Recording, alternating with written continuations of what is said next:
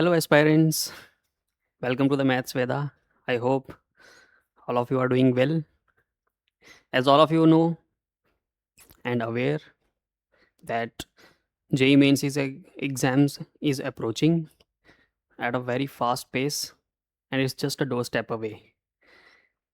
I pray to Sri Ram that you may pass this exam with flying colors so that you are able to get admission in the prestigious institutes of our great country. I hope your preparation is on the track. Rather than focusing on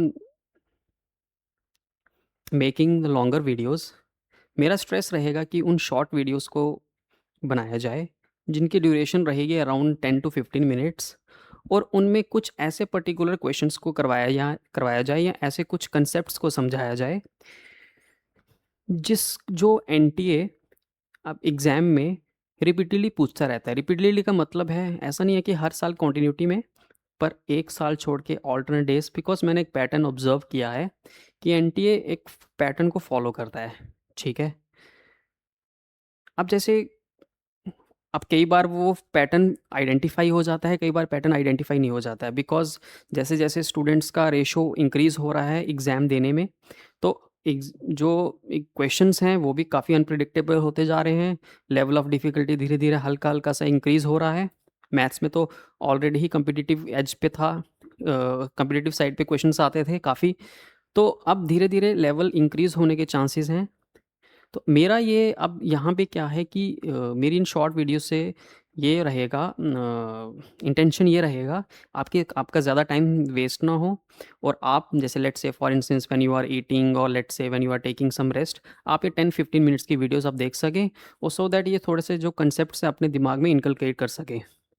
because ये concepts थोड़े बहुत ऐसे concepts हैं जो help करते हैं आपको exam में जब आपके पास ये क्वेश्चंस आते हैं। उसी के कंटेक्स्ट में मैं एक क्वेश्चन लेके आया हूँ, जो क्वेश्चन आपको यहाँ पे पीछे बोर्ड पे दिख रहा होगा। ये क्वेश्चन वेक्टर से रिलेटेड क्वेश्चन है। It's a doable question, it's an easy question, PYQ है।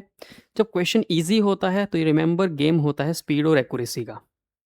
ठीक है, अब ये क्वेश्चन अगर आप नॉर्मली करोगे, मान लो let's say for instance vector triple product का रिलेटेड क्वेश्चन है। वेक्टर ट्रिपल प्रोडक्ट ऑल दो सिलेबस से हट चुका है, बट मान लो लेट्स से सपोज करो कि अगर हट चुका है तो कई कई कई बच्चे इसको पढ़ते भी नहीं हैं, बट जो रियल स्टूडेंट्स हैं, जो रियल्स मतलब कि रियलिटी में जो इस एग्ज़ाम की सीरियसनेस को देखते हैं, तो वो इस वेक्टर ट्रिपल प्रोडक्ट को ज़रूर कवर करते हैं। और जिन टीचर्स के पास वो बच्चे पढ़ते हैं, वो टीचर्स भी इसको ज़रूर पढ़ाते हैं, बिकॉज इससे काफ़ी चीज़ें सॉर्ट आउट हो जाती हैं इन अ वेरी ईजी मैनर में। अगर आप इस स्टूडेंट को अगर आप एक क्वेश्चन को फ्रॉम अ CBSE पर्सपेक्टिव से देखोगे तो डुएबल है। ठीक है, एक स्टूडेंट इसको नॉर्मली ईजिली कर सकता है, but it will take more than 4-5 minutes, because student will use determinant in this topic in this case. और डिटर्मिनेंट जहाँ यूज़ होगा तो वहाँ पे थोड़ा सा गड़बड़ हो जाएगा, गड़बड़ होने के चांसेस होते हैं। फॉर इंस्टेंस बिकॉज यहाँ पे क्रॉस प्रोडक्ट है, चलो यहाँ पे तो चलो ए क्रॉस ए वेक्टर ये दिया हुआ है और ये चीज़ ये दी हुई है, तो ये चलो ईजी है आई डिटर्मिनेंट, इसको कोई आसान कोई डिफ़िकल्ट नहीं है। बट लेट्स से कल को मान लो यहाँ पे 2/5 लिखा होता, यहाँ पे 2/5 लिखा होता, या कुछ फ्रैक्शन लिखी होती 1/3 लिखा होता, तो ये क्वेश्चन फिर डिफ़िकल्ट हो जाता। फिर डिफ़िकल्ट इन द सेंस कि लेंदी हो जाता, डिफ़िकल्ट नहीं होता, लेंदी हो जाता। और उसमें क्या होता कि डिटर्मिनेंट में इस क्वेश्चन को सॉल्व करने में आपको दिक्कत आती है।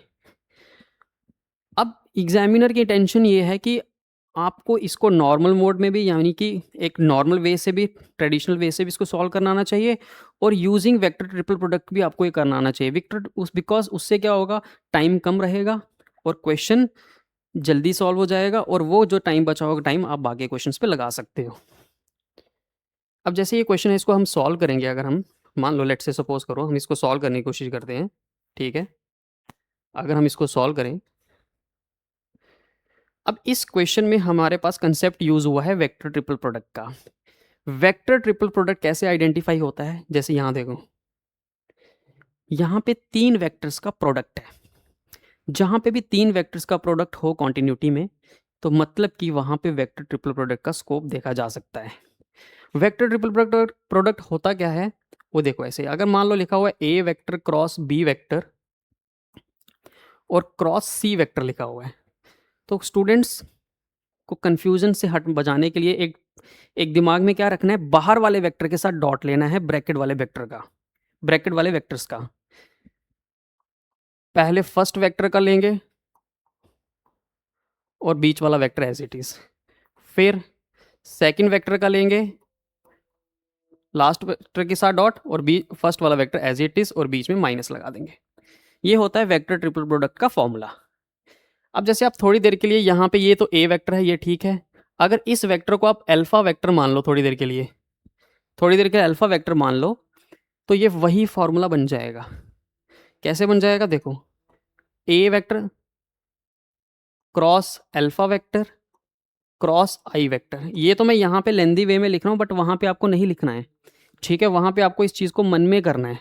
तो ये कैसे हो जाएगा, A vector dot I vector alpha vector minus alpha vector dot I vector और first vector as it is. अब खुद सोचो, ध्यान दो, ए वेक्टर का डॉट लो आई वेक्टर के साथ, सिंपल क्या आ जाएगा 2, तो ये बन जाएगा 2 अल्फा वेक्टर। अल्फा वेक्टर का डॉट लो आई के साथ, इस वेक्टर का डॉट लो आई के साथ, सिंपल क्या हो जाएगा, आई डॉट आई 1 हो जाएगा, और यानी कि अल्फा ए वेक्टर आ जाएगा, आई डॉट आई 1 हो जाएगा, यानी कि ये चीज़ का आंसर 1 आ जाएगा और सिंपल यहाँ से ए वेक्टर आ जाएगा। अब आपको इसको सॉल्व करना है, 2 अल्फा मतलब 2i प्लस 2j, उसमें से इसको माइनस कर देना है ए वेक्टर को। 2i प्लस 2j में से उसको माइनस करोगे, 2i कैंसिल, 2j में से j गया, j बचेगा, और k था नहीं तो माइनस माइनस प्लस k हो जाएगा, तो j vector plus k vector हो गया। देखो कितना इजीली सॉल्व हो गया। यहाँ पे थोड़ा सा मैंने स्ट्रेच देके किया है, बट जब तुम एग्जाम में कर रहे होंगे तो बिल्कुल ऐसे फास्ट पेस पे होंगे, बिल्कुल ऐसे मतलब तलवार सिर पे लटकी है। अगर आपका स्पीड और एक्यूरेसी ठीक है, फोकस है, तो 10-15 सेकेंड्स में ये इतना पोर्शन आपका हो जाएगा सॉल्व। अब बी वेक्टर है, अब बी वेक्टर कैसे निकालना है, बी वेक्टर क्या, अब इसके साथ भी आई लेना है, इसके साथ भी क्रॉस करना है, तो बहुत आसान है, जे वेक्टर प्लस के वेक्टर का क्रॉस ले लो किसके साथ, आई वेक्टर के साथ। तो जे क्रॉस आई क्या हो गया, उल्टा चल रहे हैं तो माइनस के हो जाएगा, और के क्रॉस आई पैटर्न में चल रहे हैं, ठीक है, तो जे वेक्टर हो जाएगा, तो सिंपल जे माइनस के वेक्टर हो गया। अब आपको क्या बोला है, प्रोजेक्शन निकालना है किसका, ए वेक्टर और बी वेक्टर।